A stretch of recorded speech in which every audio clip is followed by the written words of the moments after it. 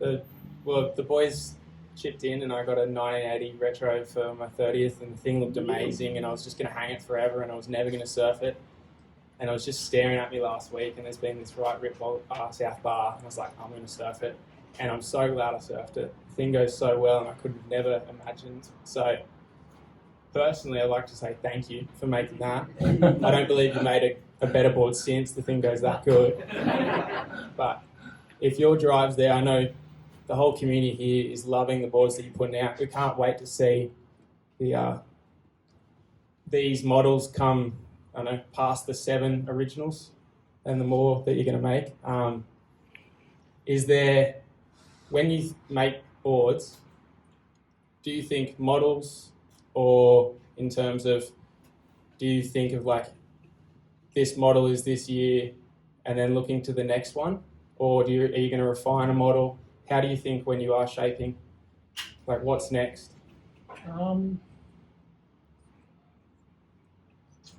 don't know. I think during COVID I had, because we were all sort of locked up, and luckily I could still go and shape. I kind of had like a creative spurt during that, because the mid-length really came out of COVID, and the Scalded Cat came out of COVID, and I'm sort of working on a variation on the Super Twin model at the moment. So it's sort of hard. You just continually striving to make things better, and I think a shaper's mind is a little bit like a pinball machine. There's stuff going on all the time in there. And I don't know. I constantly think about surfboards. It's nearly an obsession, and everyone I know that shapes, they're obsessed in the same way. And my wife, I don't know if I can actually say this because there's kids here, but I don't know. Am I allowed to swear? Or, yeah. All right. My wife has this perfect take on me, and she said to me on numerous occasions, because I forget shit all the time, like birthdays and anniversaries and all the really important stuff. And it freaks her out that I can, know all these surfboard dimensions and all this stuff about surfboards, and I can name the important stuff, like the drummer or the guitarist or who wrote the song of some obscure song, from a band I like in the 70s. It totally doesn't hit him. But the one that she just throws at me pretty often is, she basically says, when I'm in trouble, like, you don't give a fuck about anything unless it's got fins on it.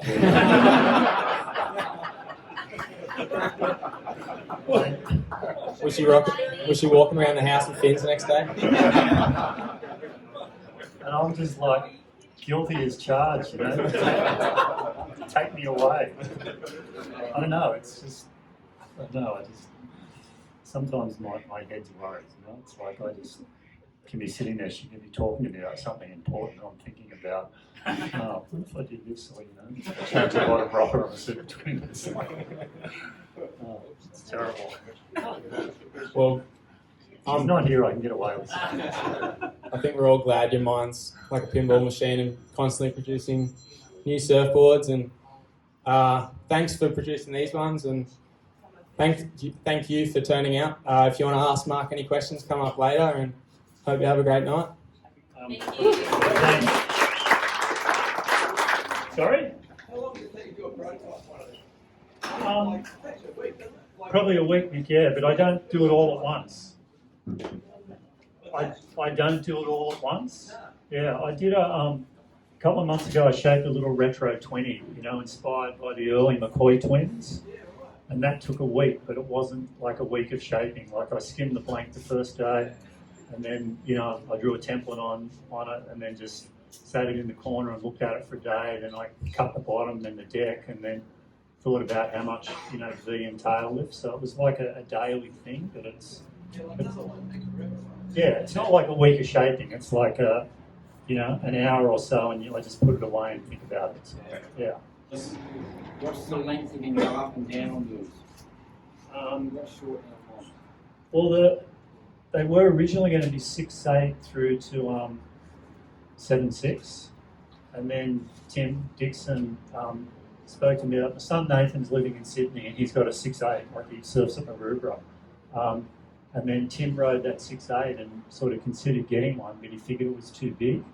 So Tim sort of had this brainwave that in reality a 6'8" mid-length for him was like me being on maybe an 8 foot mid-length, considering the difference in our height and weight. So Tim kind of gave me this idea to make mini mid-lengths. So since that conversation, like Tim's got a 6'0", I've made like 6'0s, 6'2s, 6'4s and 6'6s, and you rode the 6'6", as you were coming back from the surgery kind of. So weirdly, ideas come out of comments from someone. Like I wouldn't have thought of it except for Tim, highlighting the fact of, me on a mid-length compared to him. So, basically Tim created the mini mid-length.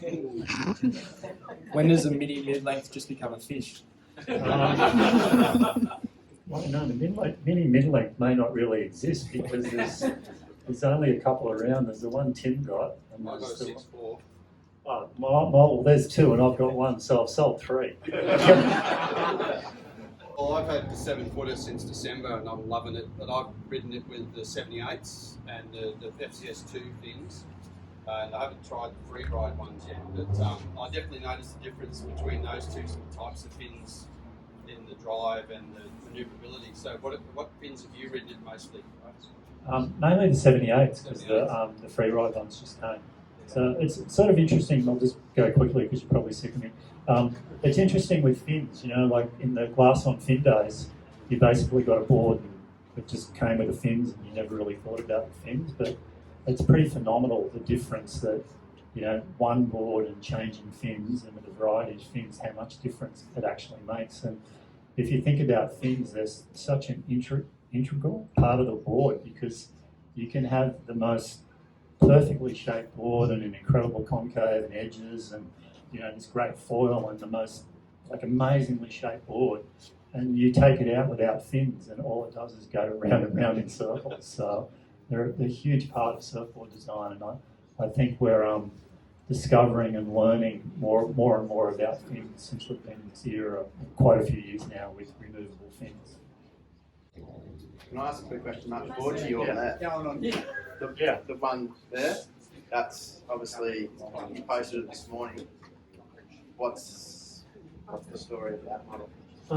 It's a 1982 retro twin roundtail, and that one came from, there's a guy called Clint Bryan who lives in Dudley who's got a whole collection of old boards from the 60s, 70s and 80s, and as everyone knows, roundtail, variation on twin fins are really popular at the moment. And I was at Clint's place checking out his board collection, and he had two boards from that era. The blue one was on that Instagram, and I'd completely forgotten that we'd actually made roundtail twin fins back in the early 80s. So I borrowed it off him and rode it and went really well, and then just kind of got the idea to do another version of that board or recreate that retro. So that was where that one came from. Okay. Yeah. And is that a model that's coming? It's coming, yeah. Right. Tim's, I've done two so far that were hand shapes that will be in Slimes in probably a month's time, and I'm going to do a few more. So I've done a little selection of them, basically just for years, similar to that little run of mid-lengths there. Yeah. We'll have another night like this in a month. Question at the back? Yep. Thank you for your story. It's beautiful. What would be your favourite surf break ever? Rocks. Probably right. Yeah. Yeah. It's a fairly unique wave that pretty much it's like the Merriweather Surfing Reserve mantra. Any wave, any swell, any tide, any wind or something or other. There's always a little fun wave there, and I was actually looking at it this afternoon, and the rest of the beach was kind of fat or closing out or not that good, and there was some pretty phenomenal waves coming through the rocks. So it's a very unique wave. If someone said you could jump in a time machine or you had your own private Learjet and you could go anywhere, I'd ask the pilot to go to Honolulu Bay on Maui, because that's maybe one of the most amazing waves in the world because it actually bends back at you when you're surfing a little bit, like when the rocks has got some north in the swell and it's kind of bends, so there's, you know, the wall keeps sort of forming up for you. And that wave, when you look back towards land there's like the valley in the background is incredibly beautiful with palm trees. And then two of the other smaller Hawaiian islands, you can actually see them in the distance when you're sitting in the lineup. So it's kind of like you're sort of sitting there and just going, you know, holy shit, it's a postcard when I'm surfing. Yeah, a little bit like those, you know, mental eye trips people have been on, and you're surfing this amazing wave in a remote location, and you look in and it's like Gilligan's Island is there with palm trees, and, you know, your boat's there. It's pretty idyllic. It's kind of interesting the experiences you have as a surfer that, for want of a better word, normal people don't get to experience. You know, we're very, very lucky to be surfers. Yep. My wife wanted to order one for Christmas, and I have to order it by.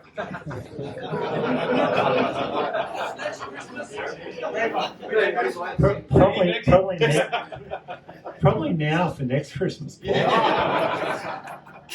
Yeah, crazily, the whole COVID thing, you know, messed up the supply chain of everything in the world. And during the worst of COVID, it was really, really hard to get blanks. It was nearly impossible to get blanks, and to get boards sprayed and glassed was virtually impossible as well. So it's gone back to normal a little. And a clear board can be, you know, relatively easy to do, but tints, there's only one guy at Tackers Glassing who does the tints. And in terms of sprays, Darren, who does the sprays, it takes months to get a spray because he's like the gun sprayer.